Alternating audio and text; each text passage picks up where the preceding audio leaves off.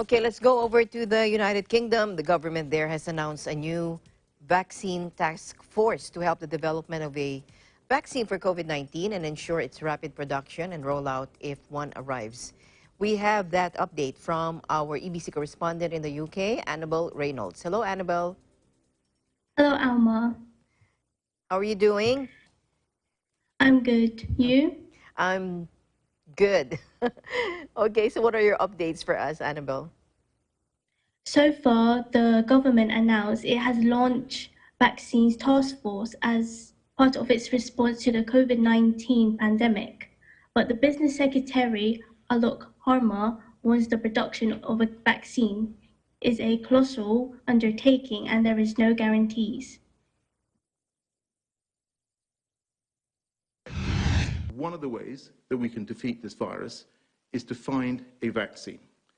Just as Edward Jenner developed the smallpox vaccine in the 18th century, we need to apply the best of British scientific endeavour to the search for the coronavirus vaccine. To that end, I can announce today that the government has set up a vaccines task force to coordinate the efforts of government, academia and industry towards a single goal. With all their efforts, we should be under no illusions. Producing a vaccine is a colossal undertaking, a complex process which will take many months. There are no guarantees, but the government is backing our scientists, betting big to maximise the chance of success. So the numbers are not only at a plateau, but beginning to come down in some areas, and that will translate into fewer people in intensive care in due course. But do not expect this to be quick. This is not going to be a sudden drop. There will be a plateau. It will take a while for the numbers to come right down. And that's why it's important that we continue with the strong social distancing measures that we have in place and continue to do so.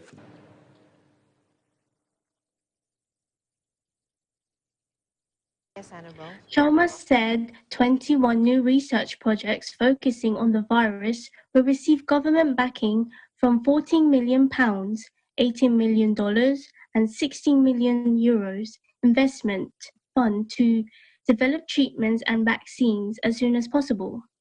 Sharma's announcement at the Daily Downing Street press briefing focused mainly on the idea of the Vaccines Task Force, combining government and industry, which would both coordinate research efforts to develop a new vaccine and then seek to ensure it could be provided to people as soon as possible. Work is taking place in numerous countries, with some human trials already starting. Patrick of Levant's chief scientific advisor has maintained that a year to 18 months is a reasonable timeframe for a vaccine to be widely available. Meanwhile, Britain's death toll from the coronavirus rose by 847 on Friday. Health Ministry figures show a slightly lower increase than the previous day, but still among the worst rates globally. The risk takes the total number of deaths in the UK hospitals from COVID-19 to 14,576, leaving Britain behind only the United States, Italy, Spain, and France. As the coronavirus in the world deaths pass 500,000, more than 4.5 billion people, and under the containment to slow the pandemic. Back to you, Alma. Right, Annabelle, let me ask you, how are you doing? How are you and your family coping with this unusual situation? So far, Alma, everything's going great. We're just keeping positive.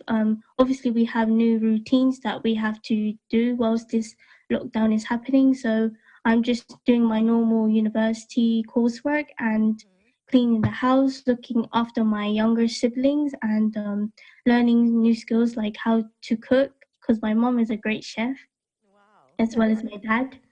Mm-hmm. Oh, that's And cool. also, yeah, and also keeping up with the latest news and following the instructions from the government. All right. And your siblings, how do you talk to them about this situation?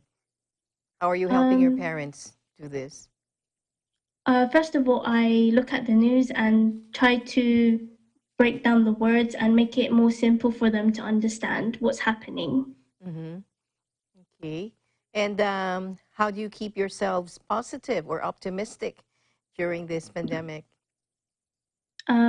Just keeping positive and always do something useful and avoiding things that will get affected from this virus. Mm-hmm. All right. Okay. Thank you so much. And thank you for your time. Keep safe, stay healthy always. You too, Alma. I'm Annabelle Reynolds, your ABC correspondent in the UK, and we live in interesting times. Back to you, Alma.